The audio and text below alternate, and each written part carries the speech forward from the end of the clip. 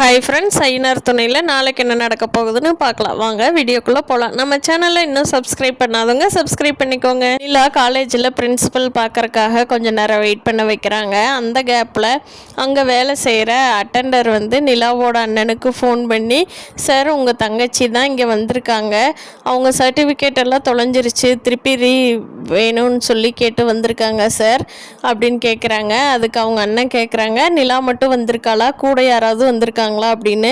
இல்லைங்க sir, நிலாவோட friend இந்த காலேஜில் படித்த பொண்ணு கூட தான், நிலாவும் அந்த பொண்ணு தான் வந்திருக்காங்க, கூட யாரும் வந்த மாதிரி தெரியல அப்படின்னு சொல்கிறாங்க.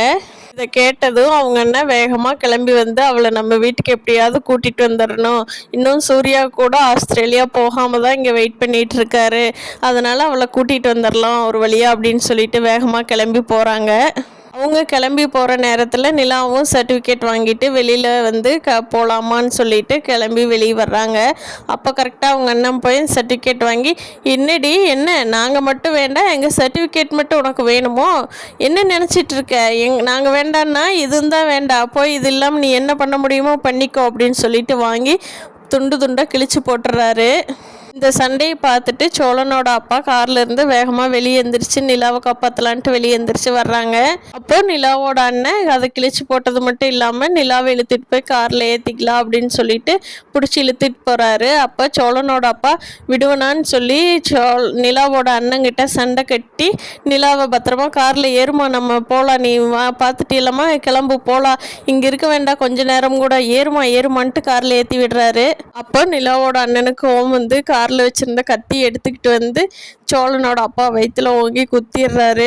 ஓங்கி குத்துன்னு அவர் அங்கேயே மயக்கமாயிடுறாரு.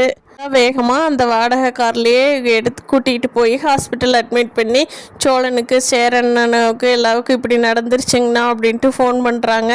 அதை கேட்டதும் சோழனும் சேரனும் கிளம்பி வேகமாக வர்றாங்க. சோழனோட அப்பாவுக்கும் இருக்க எந்த ஆபத்தும் இல்லைன்னு ஹாஸ்பிட்டல் சொல்லிடுறாங்க.